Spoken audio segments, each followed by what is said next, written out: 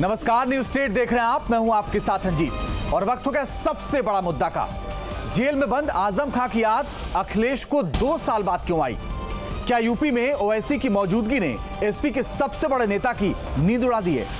यह सवाल इसलिए मौजूद है क्योंकि जिस मुस्लिम फेस को लेकर समाजवादी पार्टी कभी सुबह शाम दम भरा करती थी, जिस मंच से माइनॉरिटी की बात होती, वहां पहले से आजम मौजूद होते थे।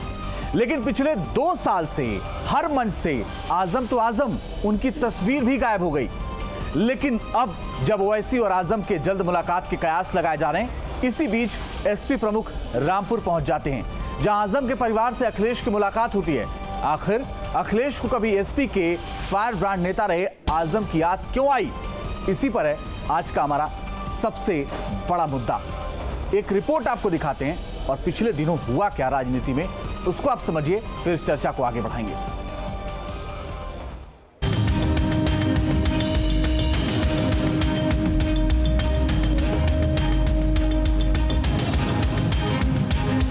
सर, असदुद्दीन ओवैसी साहब आजम खान से सीतापुर जेल में मिलना चाहते हैं, इस बारे में आप क्या कहना चाहेंगे? मैं केवल बरेली तक आया था, रामपुर पहुंचा नहीं था। पता नहीं कितने दल, कितने शुभचिंतक हो गए जो माइनॉरिटी के हैं, चाहे वो हमारे मुस्लिम भाई हों, उन्हें समाजवादी पार्टी पे भरोसा है।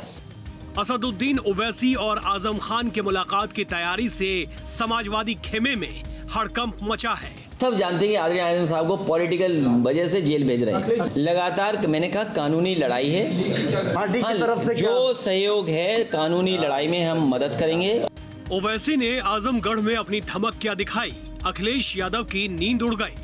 ओवैसी ने कहा मैं आजम खान से मिलने जाऊंगा, तो एक ये घबराहट अकुलाहट है जो पार्टी के अंदर विवाद चल रहे हैं तमाम, उसके तहत आज अखिलेश यादव को वहां जाना ही पड़ा। यूपी की राजनीति में समाजवादी पार्टी जिस पॉलिटिक्स पर अपनी धाक जमाती आ रही थी, वहां सेंध लगाने के लिए तेलंगाना के ओवैसी आधम के। देखिए, जो वोटर होता है ना, वो किसी की जागीर नहीं होता है।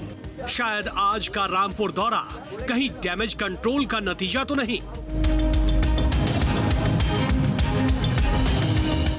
राज्य के मुस्लिम समुदाय के बीच भी सबसे बड़ा मुद्दा यही है कि जिस अखिलेश के लिए आजम परछाई बने, उनके साल भर जेल में बंद होने के बाद भी उनकी चुप्पी अखिलेश के मुस्लिम प्रेम की पोल खोलती है।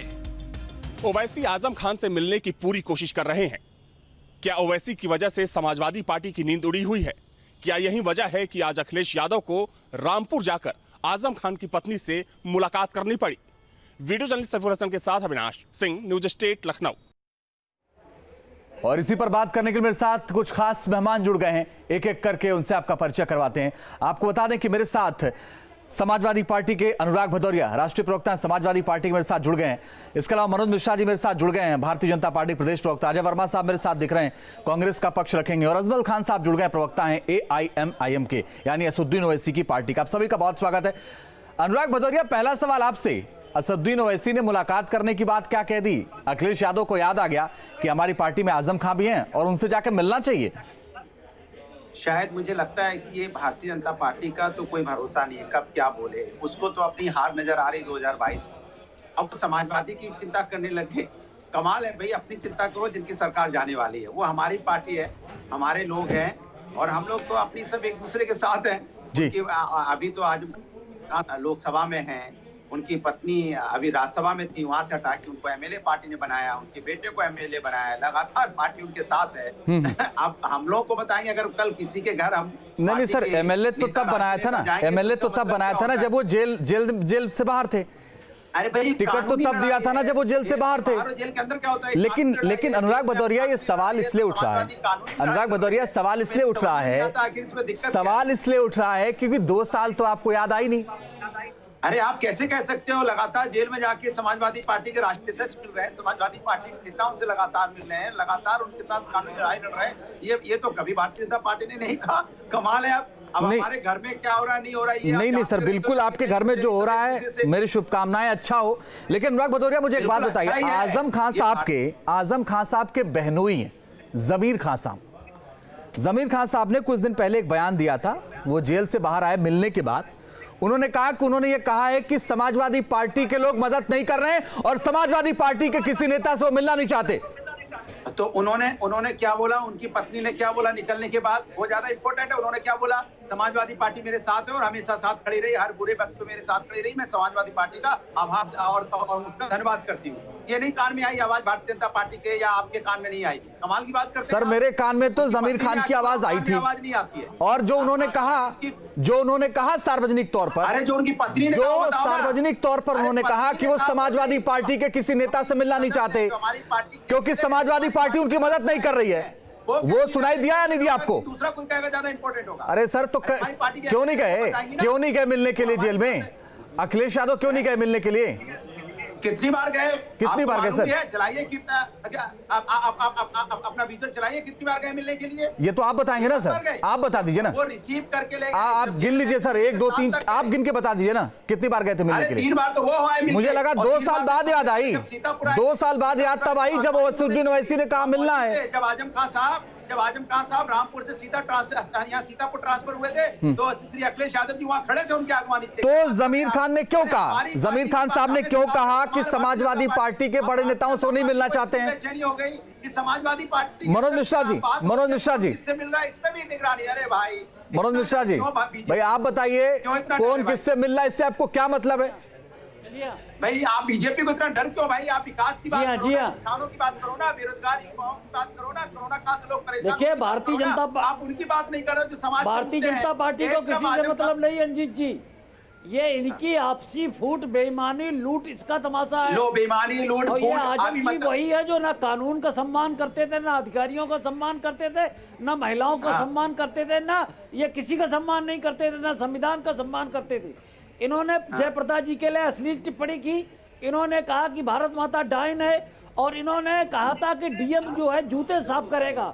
ये आजम खान ना संविधान का सम्मान करते थे, ना कानून का सम्मान करते थे, ना अधिकारियों का सम्मान करते थे। और जब सरकार बदली, और ये सह किसकी थी? अखिलेश जी की सह थी, इनकी सपा सरकार की सह थी। जब डीएम से जूते साफ करवाने की बात ये लोग करते थे, उस समय इनका अभिमान कितना था आजम खान का, ये देखने लायक था।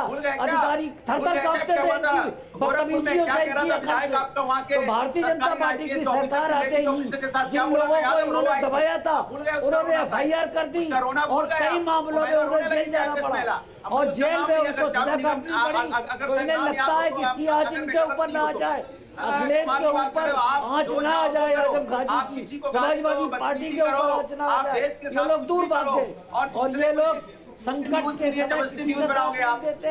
तो आजम खान को कैसे समझ में आ गया कि समाजवादी पार्टी का साथ देगी, समाजवादी पार्टी के साथ बिहार में कराई है, अब आप बंगाल में कराएंगे, यूपी में आके कराएंगे। अचानक आपको आपकी जो कलई है, जो आपके नकाब को बुलाया करिए तो दूसरे को मत बुलाया करिए, लगातार बोलते रहते हैं, सुनते ही नहीं किसी इस्तेमाल करते हैं लोगों को।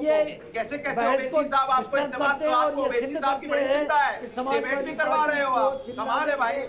जोर से बोलने से मुद्दे दबा देती है, दबा देगी। दबाने से नहीं, आपका तो गला भी बैठ गया। पानी पी लो, गर्म पानी पियो, झूठ बोलते बोलते गला बैठ जाता है मिश्रा जी, इसलिए आप पानी पीजिए। मनोज जी काहे को झूठ बोल रहे हैं आप? आपके साची महाराज ने क्या बोला था? ओवैसी जी उनको स्वस्थ नहीं, ऊपर वाला स्वस्थ रखे, हमारी मदद में लगे हैं, हमारी मदद कर रहे हैं, हर जगह हमारी मदद करेंगे, अब यूपी में आके हमारी मदद करेंगे। ये हम नहीं कह रहे हैं, आपके सांसद कह रहे थे, भारतीय जनता पार्टी के नेता कह रहे थे कि हमारी मदद करने आए हैं। इसलिए आप रहने दीजिए, विकास की बात क्या करो, रोजगार पे चर्चा क्या करो, कोरोना काल से लोग परेशान, उस पर चर्चा क्या करो। आप चर्चा महिलाओं पे अत्याचार बढ़ाए, महिलाओं की घटना देखो, हथरस की घटना देखो, लखनऊ की देखो, लखीमपुर की देखो, उन्नाव की देखो, जहाँ महिलाओं पे अत्याचार बढ़ाए, उनके सम्मान की चर्चा करो। चलिए मैं आता हूं आपके पास, मैं आता हूं मनोज जी आपके पास। मनोज जी मैं आपके पास आता हूं, लेकिन मनोज जी 2 बातें बहुत महत्वपूर्ण कह रहे हैं समाजवादी पार्टी मुसीबत में किसी का साथ नहीं देती। अनुराग जी, मनोज मिश्रा जी कह रहे हैं समाजवादी पार्टी मुसीबत में किसी का साथ नहीं देती, और आजम खान तो कम से कम ये उम्मीद कर रहे थे कि इस मुसीबत आएगी तो साथ देंगे। अच्छा बोलिए मनोज जी। आप सोचिए, अचानक देखिए इनके स्वर बदल गए। अब इनको बड़ी, अभी तक तो गरिया रहे थे, अभी तक गरिया रहे थे, और अब कह रहे मुसीबत में साथ नहीं देती। तो भैया अपना स्टैंड क्लियर कर लो। पहले ये बताओ, आप सत्ता की राजनीति करते हो कि इंसानियत की राजनीति करते हो? एक तो आजम खान साहब को आपने फर्जी हम नहीं गरिया रहे थे, आप कह रहे हैं मुसीबत में साथ खान देती जो थे, है। अरे समाजवादी तो हम लोग के आजम खान था, तो वो परिवार आसमान का हिस्सा है, छू रहा था। समाजवादी के और परिवार का समाजवादी हिस्सा है। पार्टी उसकी के चिंता मत संरक्षण करो में आप। आसमान छू आपको रहा आज था। बड़ी चिंता होने लगी, समाजवादी कर दो ना। पार्टी के चिंता संरक्षण आपको में है, आजम समाजवादी खान कह रहा है, का करो, और समाजवादी बदतमीजी आसमान छू रही थी। उनको रिहा करवा दो। उन्होंने जयप्रदा जी के जो रिहा करवा दो, वो चिंता हो रही है, हम उसकी उन्होंने मुसीबत में डीएम से साथ कहा नहीं था देते, जूते साफ तो कर रिहा करवा दो ना। उन्होंने भारत बड़ी माता चिंता को होने डांट लगी कहा आपको। था। अरे हम लोग हल्ला मचाते हैं तब लाठी जितने बरसाते हो। उत्तर प्रदेश अभी की चिंता जनता होने लगी, मतलब राजनीति रामपुर इतनी में गंदी राजनीति करेगी बीजेपी। चले मैं आप दोनों के पास आता हूं, मैं आप दोनों के पास आता हूं। अजय वर्मा साहब आप चर्चा में आइए, फिर अजमल खान साहब आएंगे।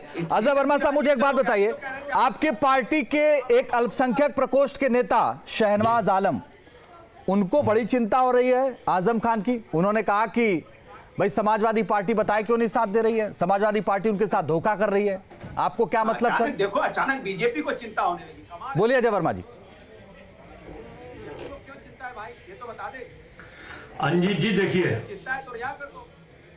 ये जो आजम खान साहब के प्रकरण पर ओबीसी का मामला है जी, ये मैं आपको बताऊं, ये क्रोनोलॉजी भारतीय जनता पार्टी की है। चूंकि आजम खान, ये जो ओबीसी साहब हैं बीजेपी की बी टीम है, और बीजेपी ये चाहती है कि अपनी बी टीम का बैकडोर से इस्तेमाल पूरे हिंदुस्तान में, अभी बंगाल में एंट्री करा देंगे यूपी से पहले। अब तो ये अजमल खान बताएंगे वो बी टीम है कि सी टीम है। ओबीसी जी का अपना तेलंगाना का जो मैटर है, उनका उद्देश्य ये है।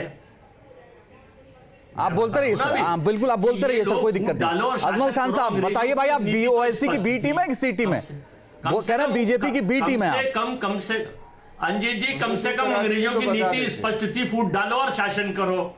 लेकिन ये भारतीय जनता पार्टी की तो ना नीति स्पष्ट है ना नियत स्पष्ट है। ये लोग मुख्य मुद्दों से जनता का ध्यान भटकाने के लिए डीजल पेट्रोल 95 रुपए, 80 रुपए, 90 रुपए पहुंच गया, बेरोजगारी की दर 9 बताइए अजमल खान साहब, बताइए आप बीजेपी की बी टीम है क्या? कह रहे तो बीजेपी की बी टीम है, ये तो बंगाल में एंट्री कराएंगे, कहाँ कहाँ एंट्री कराएंगे? बोलिए अजमल खान साहब। इस तरह का काम करते हैं, हाँ तो उनको चुप कराइए ना। हाँ वो देश में इस तरह का काम करते हैं ये लोग।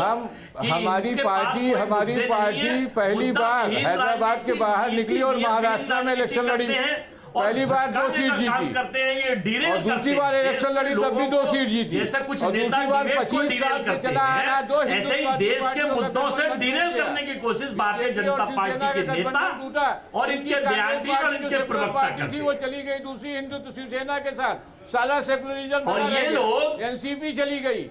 हमने ओबीसी जी को पास आप देख लीजिए, अगर कोई ओबीसी की जगह कोई और नेता हिंदुस्तान में होता, मुस्लिम नेता, तो अब तक उस पर राष्ट्रद्रोह, देशद्रोह है, उसको मुकदमे उसके ऊपर कितने मुकदमे रख के जेल में लटका दिया जाता। हमने लड़ी, लेकिन कांग्रेस का इकलौता। अरे आप ये बताइए बीजेपी की बी टीम है या नहीं है? अजमल खान ये बताइए बीजेपी की बी टीम है नहीं है? कांग्रेस पूछ रही है आपसे, कांग्रेस आपसे पूछ रही है आप बीजेपी की बी टीम है, सी टीम है, डी टीम है, कौन सी टीम है? बिना सबूत के जो चाहे वो। अरे कांग्रेस कह रही है आप बीजेपी की बी टीम है, तो बताइए ना बी टीम है, सी टीम है, डी टीम है, बताइए इनको कौन सी टीम है आप? बता तो रहे ना। सुनिए, आवश्यकता नहीं है। पार्लियामेंट के इलेक्शन में 3 सीटें लड़े थे हम लोग 2019 आवश्यकता नहीं है। उन तीनों सीटों में औरंगाबाद वाली सीट 25 साल से बीजेपी और शिवसेना के कॉम्बिनेशन के बाद शिवसेना के एमपी हारा। कौन हारा? दूसरी सीट थी किशनगंज की, जहां से एक इकलौता कांग्रेस का जीता, बाकी बिहार की सारी सीटें जीत गई बीजेपी। और ये लोग शिवसेना के साथ चले गए, बहुत बड़े सेकुलर बनते हैं, शिवसेना के साथ चले गए। अजमल खान साहब ये बताइए, अजमल खान ये बताइए, अगर यूपी में नहीं बचा पा रहे, बिहार में नहीं बचा पा रहे, 70 सीटों पर इलेक्शन लड़े और हार गए, तो हम लोग क्या कर सकते हैं उसमें? ये जवाब ही नहीं देंगे। इनसे पूछे, अगर आप इनसे पूछ लीजिए। अरे आप पूछे ना सीधे। नहीं है।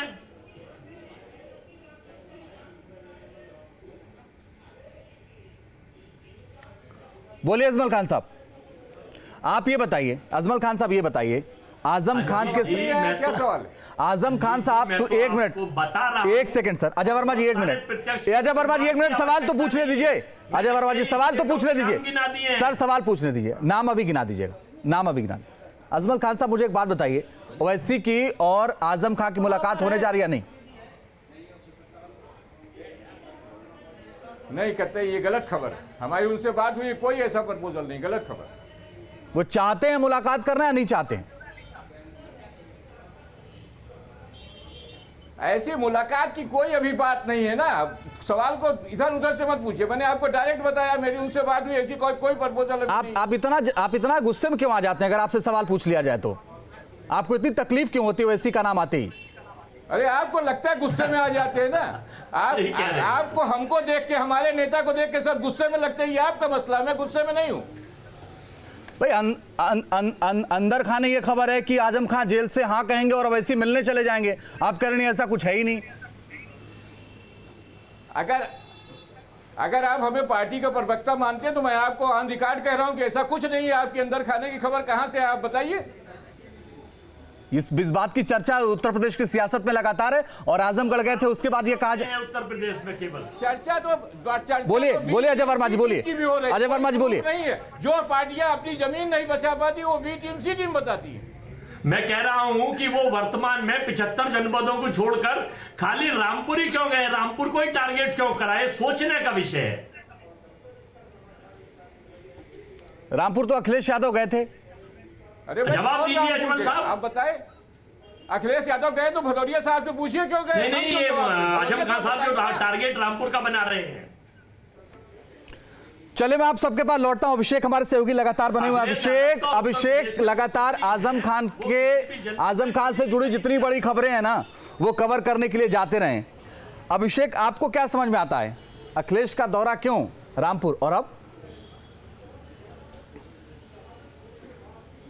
देखिए, विधानसभा चुनाव नज़दीक है और रंजीत, मैं थोड़ा सा मुस्कुरा भी रहा था जो आप सवाल पूछ रहे थे, और सबसे बड़ा संदेश देने के लिए अखिलेश यादव आज रामपुर गए थे कि हाँ, मैं मुसलमानों का सबसे बड़ा रहनुमा हूँ, आजम खान के साथ जो हो रहा है गलत हो रहा है। लेकिन मैं याद करना चाहूँगा और आपको याद दिलाना चाहूँगा और दर्शकों को भी, हमसफ़र रिसोर्ट जो आजम खान का रामपुर में रिसोर्ट है, उसमें जब आजम खान गिरफ्तार नहीं हुए थे और उन पर मुकदमे लगाने शुरू हो गए थे, तब अखिलेश यादव पौने 2 साल पहले, 1.5 साल पहले, यही सर्दी के दिन थे, हमसफ़र रिसोर्ट में कार्यकर्ताओं को संबोधन करने गए थे।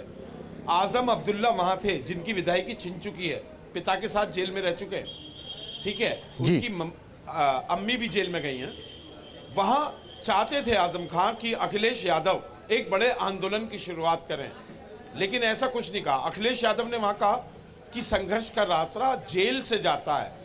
ये पिता पुत्र को निराश करने वाला बयान था अखिलेश यादव का, रामपुर की धरती से उन्होंने कहा था। और खुद जौहर विश्वविद्यालय में प्रेस कॉन्फ्रेंस में मैंने उनसे सवाल किया था कि पूरा मुस्लिम समाज ये चाहता था अखिलेश यादव आप सड़कों पे उतरें और यहाँ से हमसफ़र रिसोर्ट से आप बीजेपी सरकार के खिलाफ एक आंदोलन की भूमिका निभाए, लेकिन आपने जेल जाने की बात कह दी। फिर फरवरी में, जो अब फरवरी आने वाली है, अगले महीने 1 साल हो जाएगा आजम खान को जेल में जाने के बाद, अब मुसलमानों का रहनुमा बनना है। 2022 के इलेक्शन है। अखिलेश यादव आज से 10 दिन पहले से निकल गए हैं अपनी पुरानी जितनी भी वोट बैंक है उसको कवर करने के लिए। अब समझा जा सकता है कि आज तंजीम फातिमा से जो उनकी मुलाकात है वो दर्द बांटने गए हैं, एक मैसेज देने गए हैं मुस्लिम वोटर्स को कि हाँ, मैं अभी भी मुस्लिमों का हमसफ़र हूँ। हमसफ़र रिसोर्ट की जो बातें हैं उसमें संघर्ष करना चाहिए था, लेकिन परिस्थितियाँ अनुकूल नहीं हैं। अब ऐसे में अगर ओवीसी की और आजम भाई की मुलाकात हो जाती है तो उसके मायने अलग होंगे। जो दर्द है आजम खां का जेल की सलाखों के पीछे, वो आजम खां भी जानते हैं जी, और मुस्लिम वोट बैंक भी जानता है जी। मुस्लिमों के मन में यह है कि आजम खां के साथ ये क्यों हो रहा है और समाजवादी पार्टी ने उनके लिए क्या किया। चुनावी वक्त है, अखिलेश का रामपुर जाना, ओवीसी मिलते हैं या नहीं मिलते हैं, लेकिन ये जो है पूरी तरीके से ये बताता है आजम खां को सपा नजरअंदाज अब नहीं कर सकते। ओके, मुझे एक बात बताइए अनुराग भदौरिया जी, अब तो आपने अभिषेक को सुन लिया होगा, आप तो बड़े बड़े लंबे लंबे दावे कर रहे थे। ये जो लगातार दौरे हो रहे हैं उत्तर प्रदेश में, कहीं इन दौरों से अखिलेश डर तो नहीं रहे? इस बात का अंदाजा नहीं है कि समाजवादी पार्टी के राष्ट्रीय अध्यक्ष उसके पहले जब आपने बोला तब आजमगढ़ के दौरे पे थे पूरे मंडल के, फिर चित्रकूट के दौरे पे। चलिए सर, वो इन दिनों दौरे पर थे, कहीं कोई दिक्कत नहीं है, इन दिनों वो दौरे पर थे।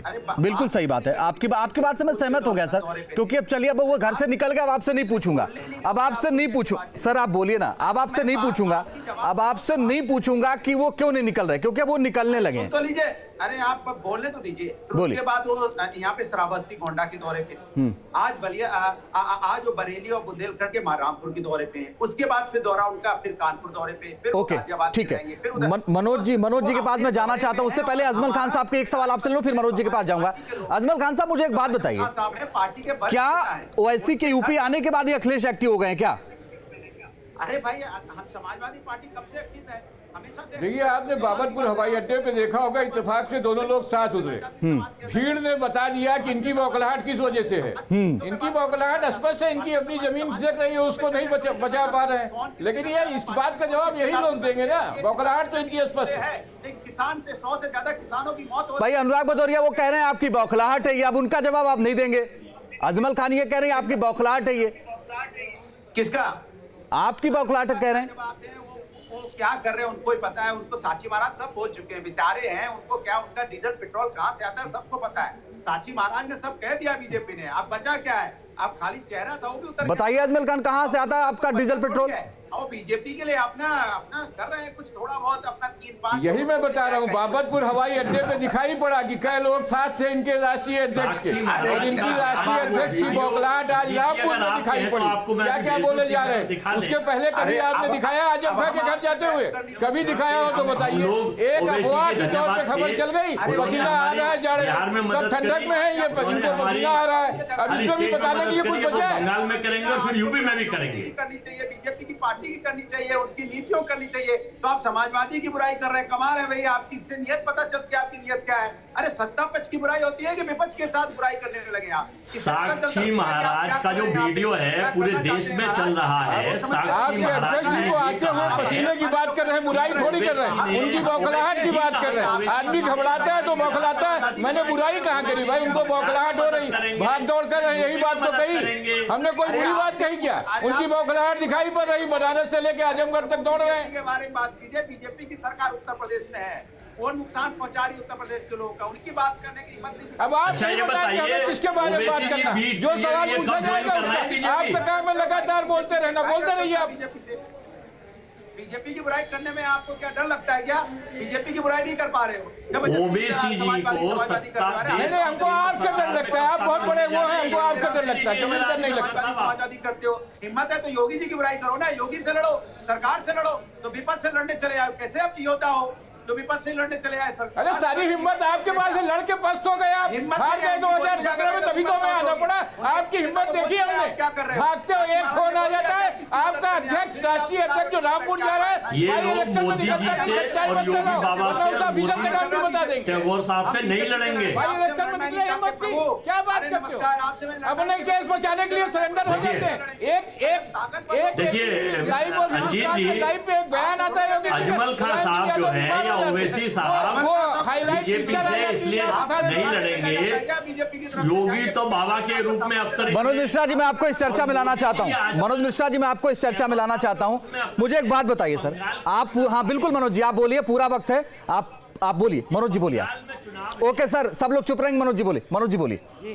तो वहां सुभाष चंद्र बोस ओके सर, मनोज जी को बोलने दीजिए प्लीज। अजय वर्मा जी बोलिए। मनोज जी, बात होंगी।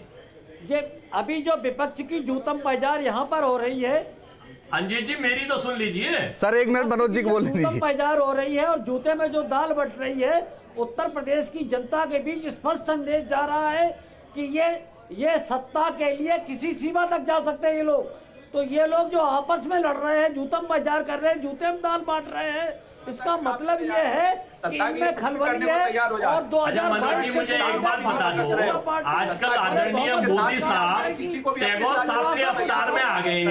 ये लोग बंगाल में चुनाव है, संकेत देना चाहते हैं।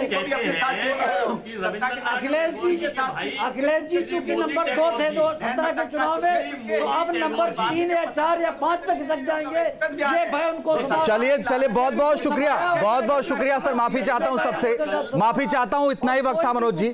बहुत बहुत शुक्रिया आप सबका हमारे साथ जुड़ने के लिए, इस चर्चा में शामिल होने के लिए। और इसी के साथ सबसे बड़ा मुद्दा में फिलहाल के लिए बस इतना ही। रुकना कुछ ही पलों के लिए, आगे भी जारी रहेगा खबरों का सिलसिला।